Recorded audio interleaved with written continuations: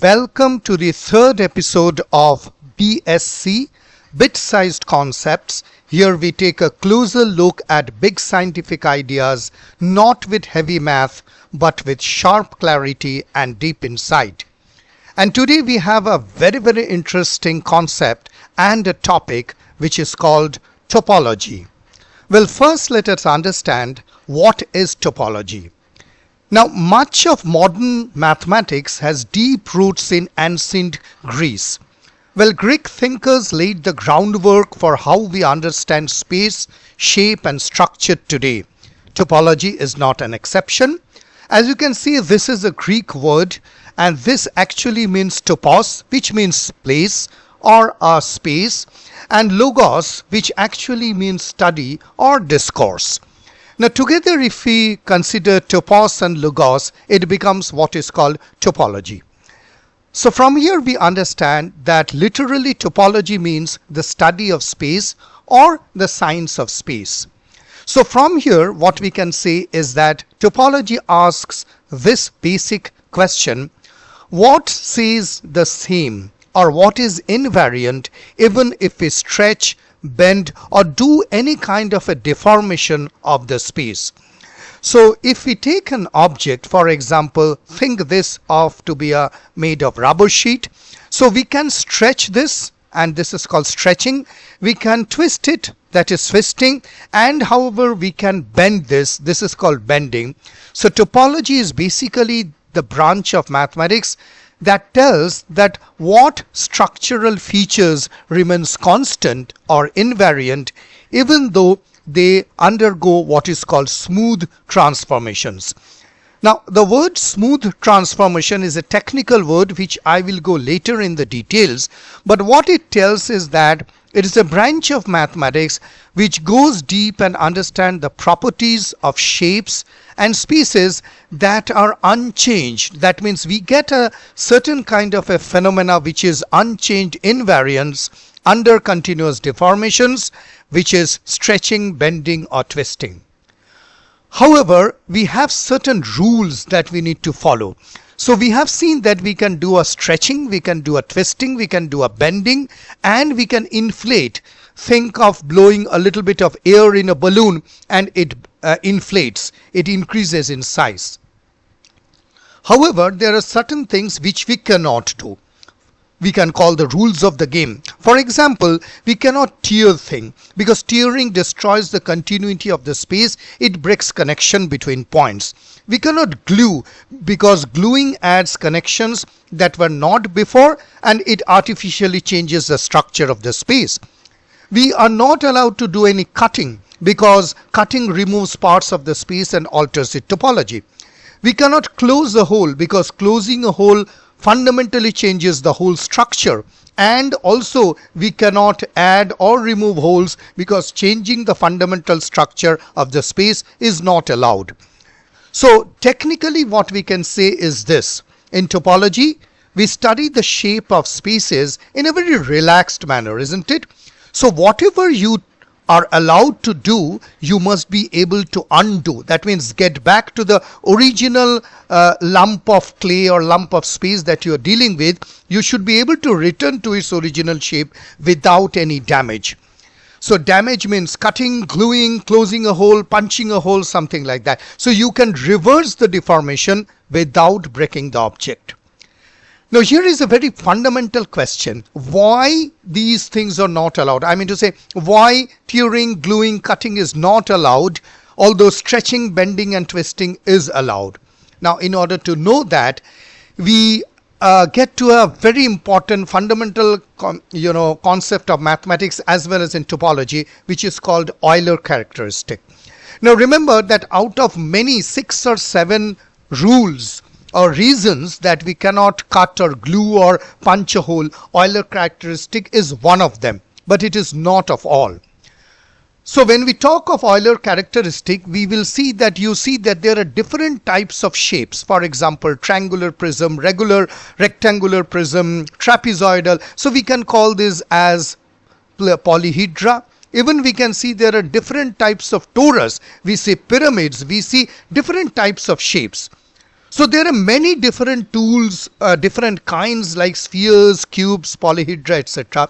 So at first glance, they may look a little bit very different. Some are curved, some have spaces, but in topology, we classify them in certain other ways. So we classify them in what we called connected or simply connected. We will come to this technical part later. But what I'm trying to mention is this one, that each of the shape that you can see right on your screen, like a sphere, a torus, a pyramid, or a square, a box, cube, everything has got its own Euler characteristic, and that is denoted something like this. This is a Greek symbol which is called chi, equals to V minus E plus F. Well, what is this symbol and things all about? Let us look in the next part of our video. But let us understand that all these shapes, although seem to be different geometrically, topologically, they can be associated with a fantastic formula which is called the Euler characteristic. So the Euler characteristic can be assumed something like this: chi equals to V minus E plus F equals to 2. This 2 is for polyhedra, a certain shape, geometrical shapes. V means number of vertices, E means number of edges, and F means basically number of faces. So for example, if I take a cube, you see it has got 8 vertices, 12 edges, and 6 faces. And if we just plug in the values in this chi formula, what we get is 2. Now, this is something astounding. If you plug in another, say for example, a tetrahedron, it has got 4 vertices, 6 edges, and 4 faces. Even the formula will be 2. Now, what it actually denotes? It denotes that the Euler characteristic of cube and a tetrahedron, and further the Platonic solids, which we will now see, these 5 Platonic solids, all of them have got an Euler characteristic or an Euler number which is 2.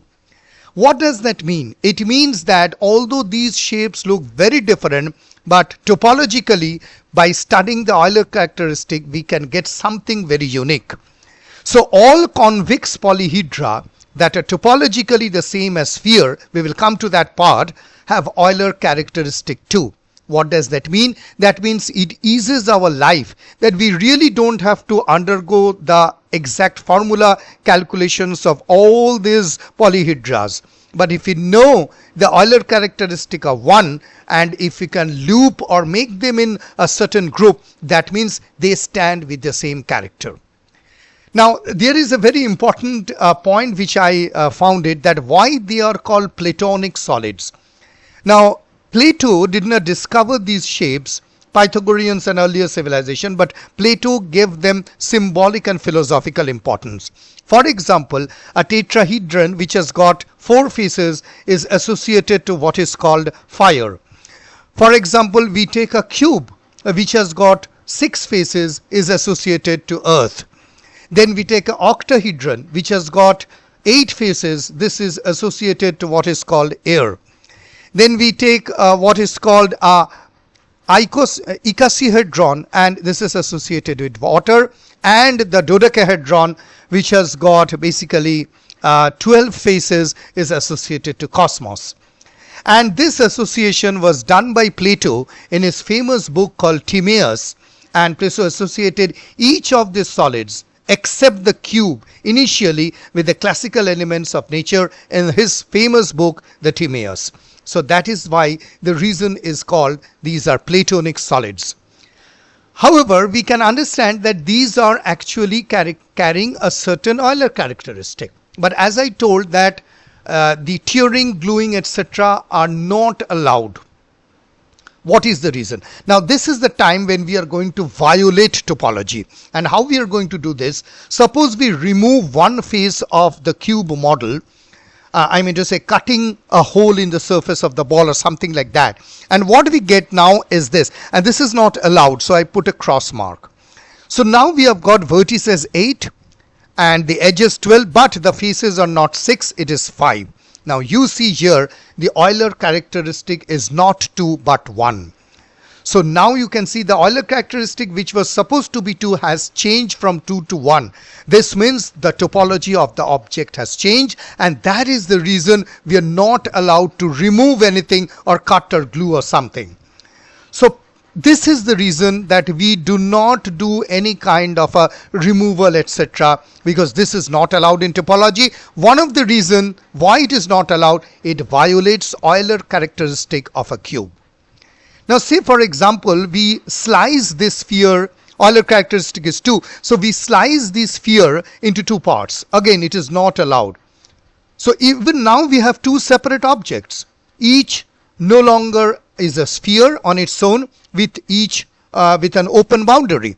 Now what do we see? Now that we have two separate objects, for one hemisphere we have got a vertices 5, edges 8, and the face is now 3. I mean to say simplify. Now here you see the Euler characteristic reduces to 0. Again the Euler characteristic is no longer 2 because we have cut it and there is the introduction of a boundary, the equator. So what we can see from here is that the Euler characteristic is a topological invariant. It really doesn't change.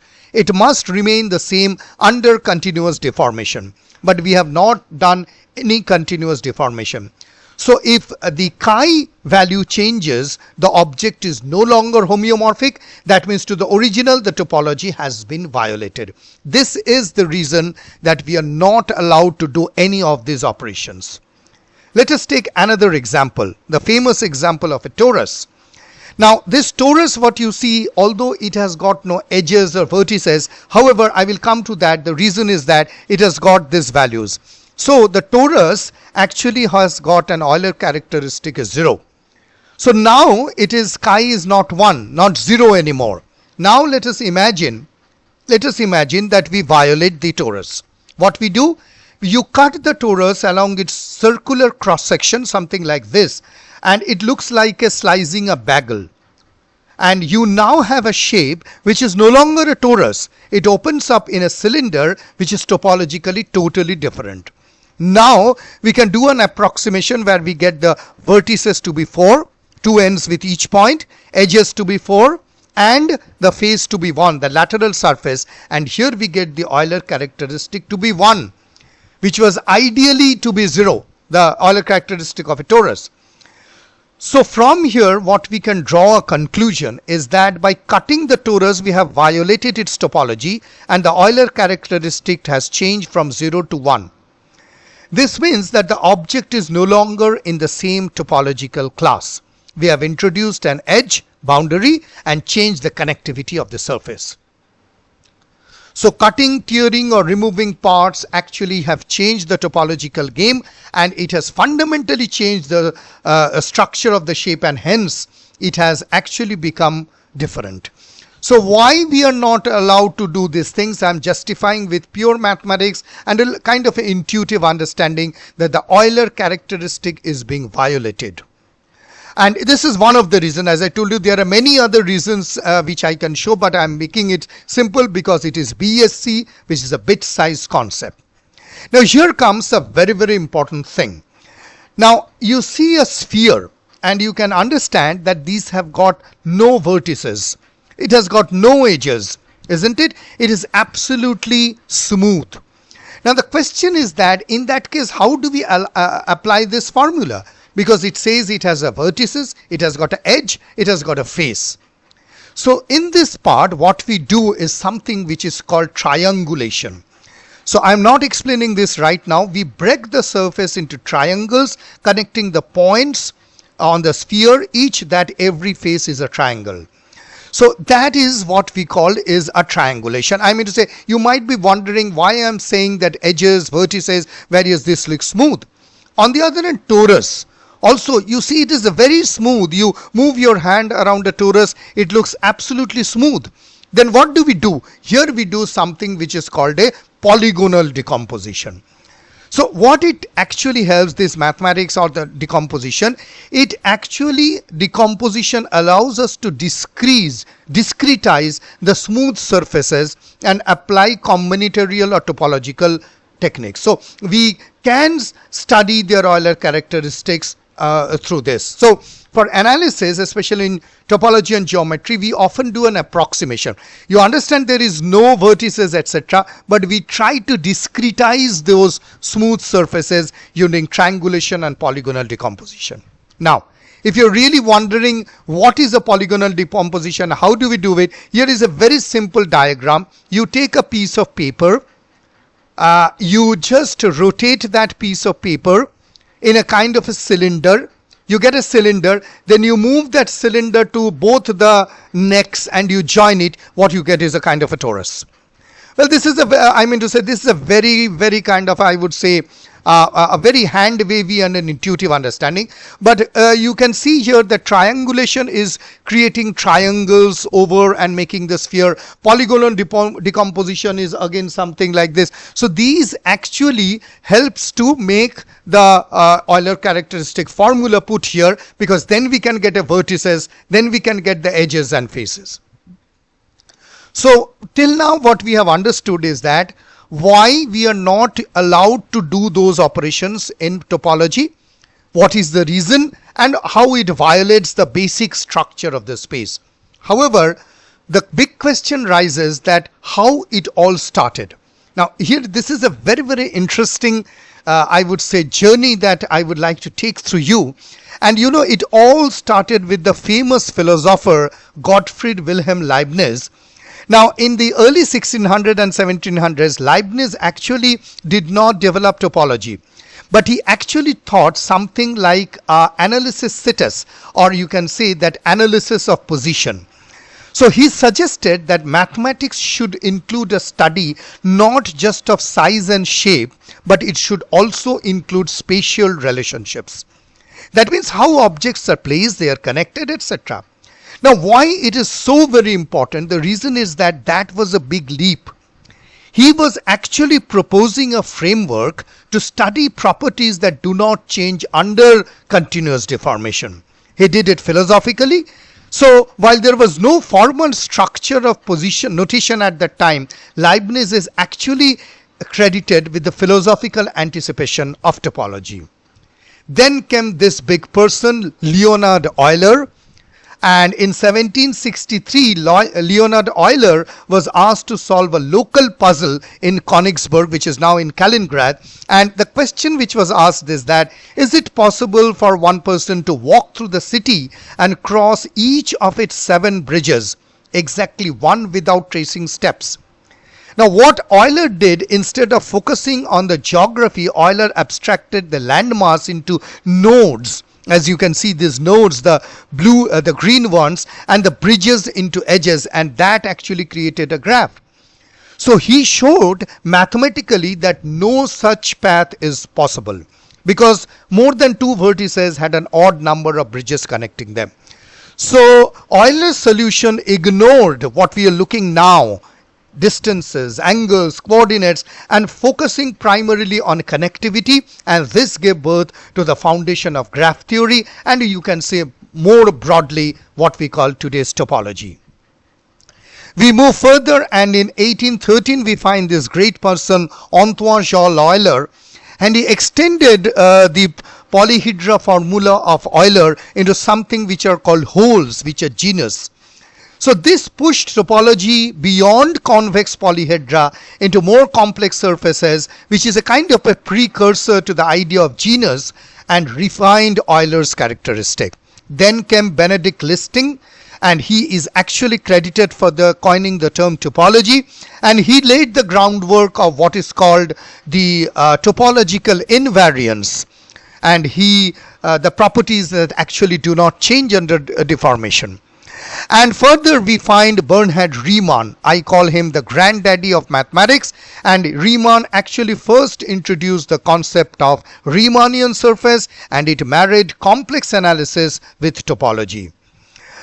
In 1858, August Ferdinand Mobius, we all know, discovered the Mobius strip, a surface with only one side and one edge. So the Mobius strip actually challenged our intuition and illustrated how topology can produce a non-orientable surface. Non-orientable means a surface where if you move around it, your orientation can flip. Left becomes right.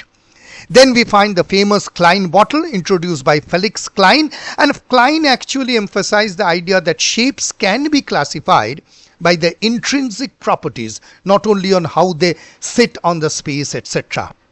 After that, how can we forget Henri Poincaré?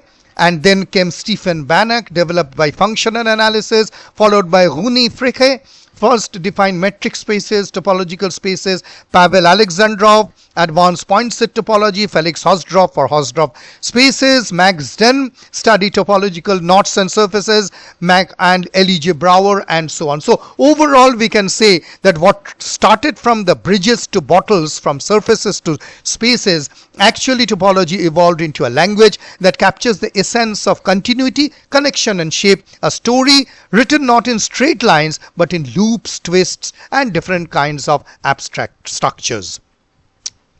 So this is a kind of a nice journey which I wanted to take you through how topology evolved. But still the big question remains that in spite of this Euclidean, differential geometry, non-Euclidean, why do we at all need topology?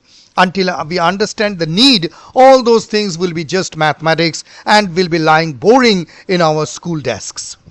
So when we talk of the need of topology, I would like to show you this diagram. So all these shapes, you can see there's so many shapes, some of them Euclidean and non-Euclidean. All of them actually need angles, they need lengths and they need areas. So classical geometry is powerful for studying shapes, etc. However, new shapes like a triangle or a circle or a paraboloid, we have to write new rules. There should be new set of theorems. There should be new set of equations, and extending further, it becomes a jungle of heavy calculation. Now, the question is that we can treat a triangle or a square into some kind of a object. Can we group them together? So instead of studying billions and billions of formulas and complex equation, can we categorize them into a kind of a single shape, a group, and life becomes easier, because just if we study some kind of a category, we can understand all these shapes. So for example, if we take all those shapes, etc., and these angles and lengths and areas we don't need. So I put a cross, a big cross on it. And we develop some kind of a lump of clay. I mean to say an abstract shape. A shape that incorporates all the polyhedras, all the geometrical objects that you can see over here. So here you can imagine a lump of clay. So geometry gives you a ruler, it measures its height and width, and topology tells you that mold it whatever the way you want, just don't tear or glue anything. Now what remains true about it is the matter how you reshape it. So all those convex polyhedra, etc., can go back to this lump of clay. So I have drawn those arrows. So topology allows this bending and twisting into this lump of clay, and the parts that can be shaken off by superficial changes. So would you like this better, isn't it, rather than making all those convex and complex equations, etc. So if we set those rules again, then all those things can be actually given into one single set, a lump of clay or some kind of an abstract shape. We don't have to study millions and billions of formulas and equations. That is the reason we need topology, and that brings to something which is called a coordinate-free geometry. Isn't it that we are looking for a coordinate-free geometry? Now why we are looking for that? Now imagine those shapes again coming in our place, and we need an x and y coordinate. So both for Euclidean and non-Euclidean, we need geometry which depends on lengths and angles. So can we get rid of that? Why we get rid of that? Because we want to make it more free, more easy, more flexible. So here you can see that all those things, the axis coordinates, the length distances, area, angle between vectors, and all the equations of curves and surfaces, all of this depends on what? A chosen coordinate system which restricts yourself. The numbers, the metrics, the measurements, all of them restricts yourself. They need to be done in many formulas, more equations, more restriction. So here is the question, that what if we don't at all care of those points? If we don't care where these points are located or how far apart they are, then can we develop a geometry which is absolutely coordinate free, which is as flexible as a lump of clay? You mold it in a triangle, a sphere, a rectangle, whatever the way you want. So we put a cross. We don't need those things, isn't it?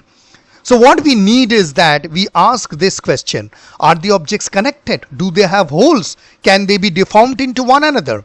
So topology actually discards those things. So Cartesian geometry is rigid. You need a coordinate system, Euclidean and non-Euclidean. But what if we only care how spaces are glued together, not how they are bent? So now here you can see that we don't need the Cartesian system. Instead of that, we can develop those shapes. And in order to do that, we need an abstract shape which can be further molded into this. So you can develop all the shapes from these abstract shapes, and that is where topology comes in. It works without coordinates, without notions of distance, without any metrics. For example, let us take this one. The surface of a sphere is a very good example of that. You don't need to define latitude and longitude. You can describe properties of the sphere, for example, connectedness, or the fact it has no edges, without any coordinate. That means this is used in physics when defining fields over curved spaces like Earth or space-time or anything. So what we are aiming, the aim is basically to get a coordinate-free geometry, and sphere is basically an example, so we don't need the coordinates. What we need is a kind of an abstract shape which can be deformed using certain rules, and we can get back all the convex polyhedra, all the geometrical shapes that we see around. Now let me give you a very clear and a very simple analogy.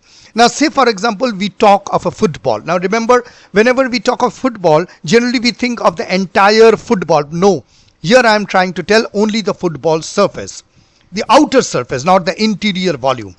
Now in topology we say a football surface is actually homeomorphic using this sign to a rugby surface, stretched sphere, no holes, no boundary. A football surface is homeomorphic to a cube surface only, has flat faces but same connected. It is also homeomorphic to an egg, although it is asymmetrical but still one whole closed surface. It is also I would say homeomorphic to a potato surface, irregular surface, still closed but no holes, and this potato is from my wife's kitchen. It is also homeomorphic to the ellipsoid surface, smooth deformation of a sphere.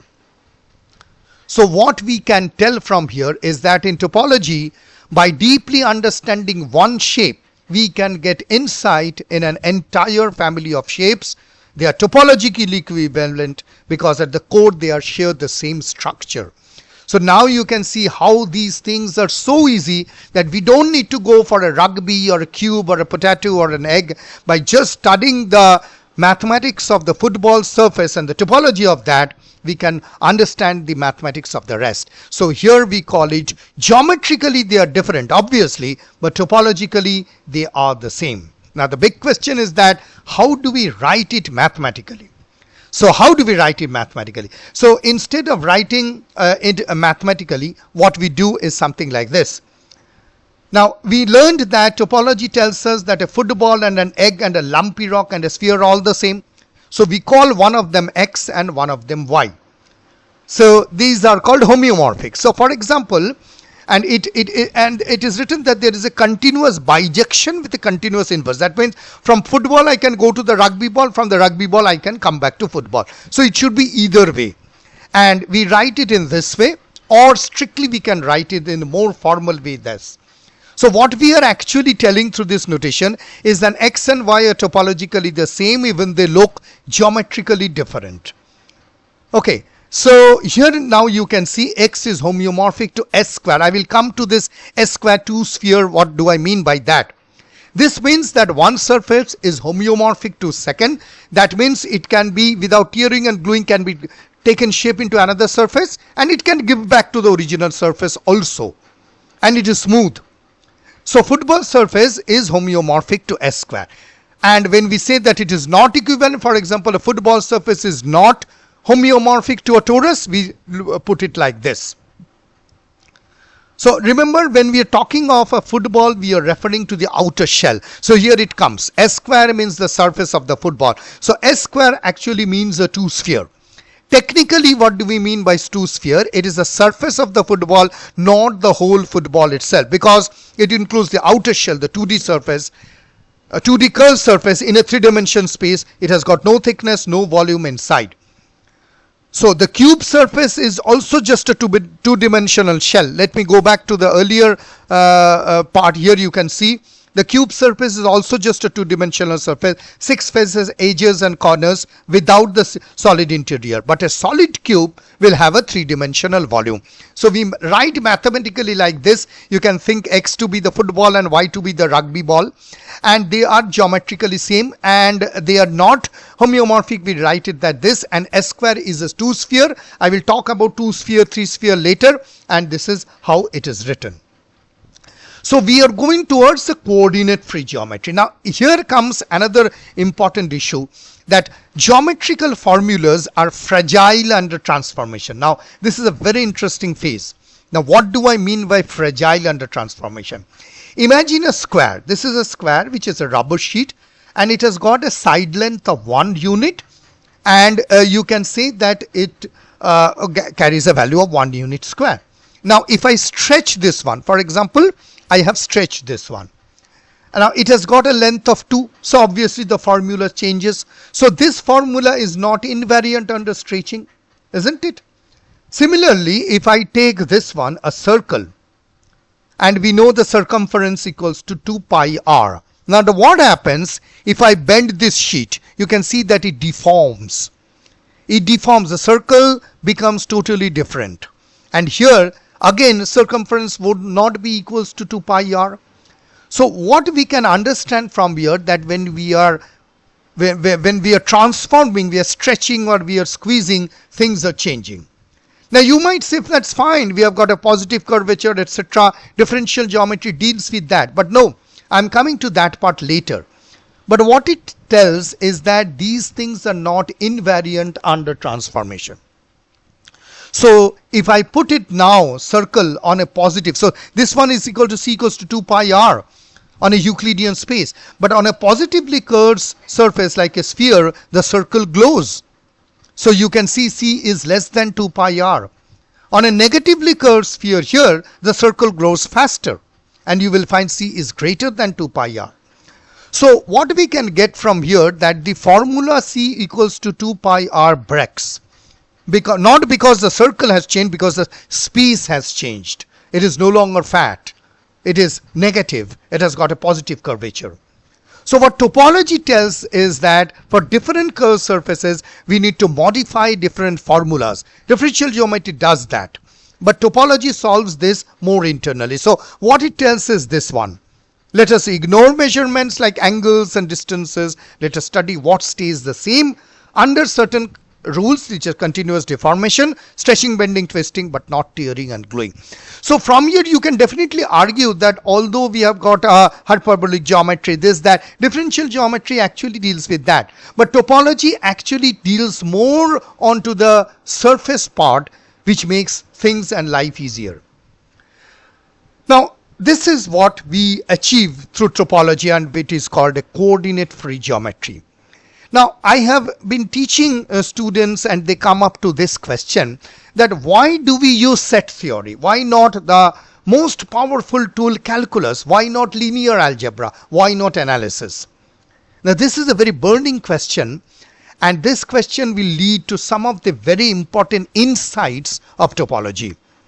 Now when we talk of calculus, you need to understand this. Calculus is what? It is about quantities that rates of change. So how fast, what is the slope, what is the area under curve.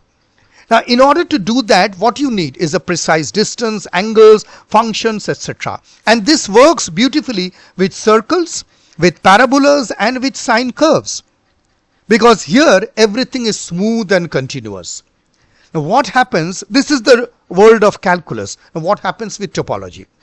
Topology actually, on the other hand, throw away these things. Topology says that I don't care about those things. I only care about how things are connected and what happens when I reshape them without tearing or gluing.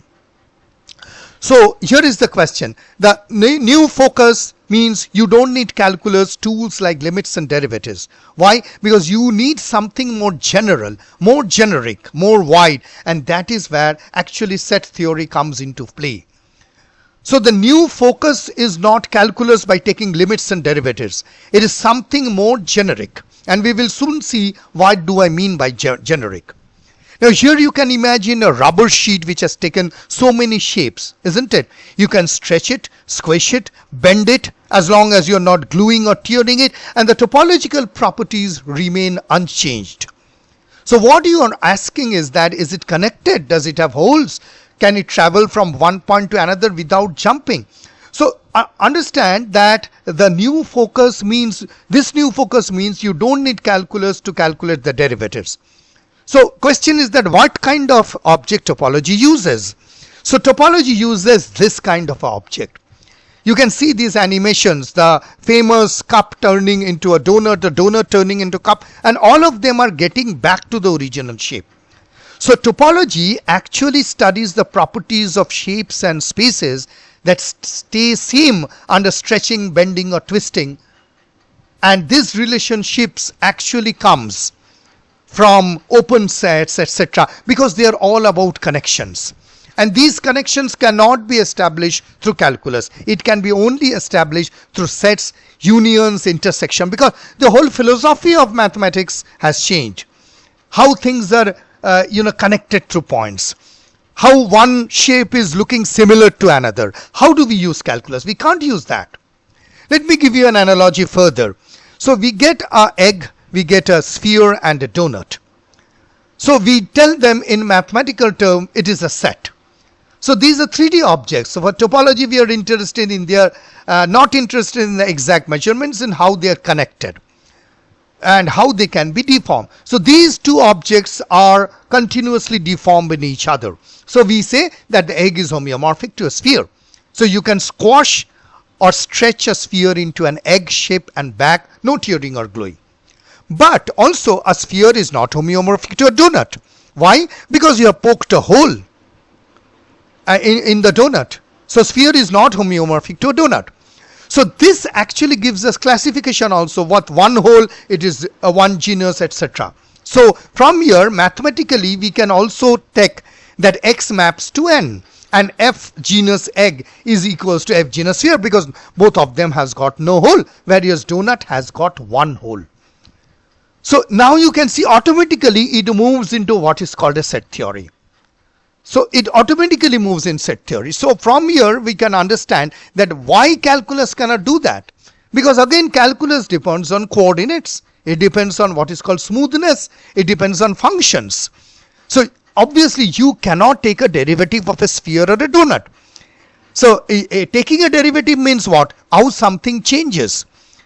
So for a real valued function, you can take a derivative. Vector valued function, you can take a derivative. But a shape like a sphere or a torus is not a function, isn't it? It is just a geometric object, a set of points in space.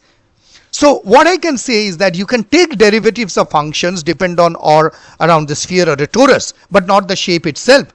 That means you take a sphere and here you can define a function.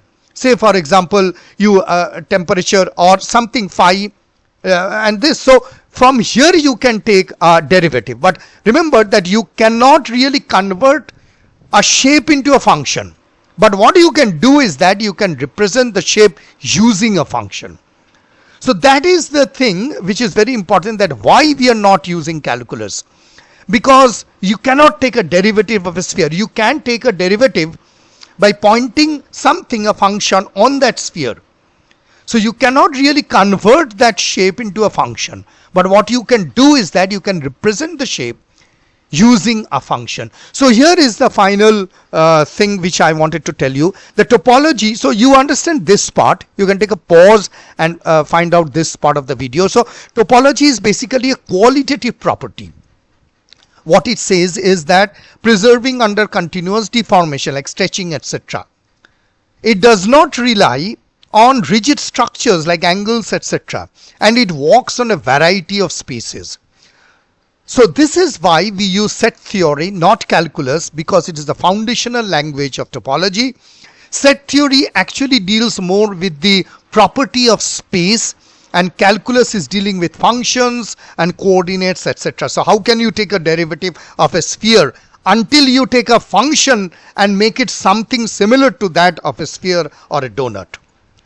So that is basically an overview of set theory. Thank you very much for those who have taken the time to watch. If you have liked, please do subscribe to my channel Physics for Students and click on the bell icon to get all the notification from Physics for Students. You can also follow me on my Facebook, Instagram, Thread, LinkedIn and Twitter account, because nowadays I'm quite active on Thread and Facebook. I have created a new page called Physics Compass where you can follow, and you can also write to this ID where I try to answer to all your queries at the earliest.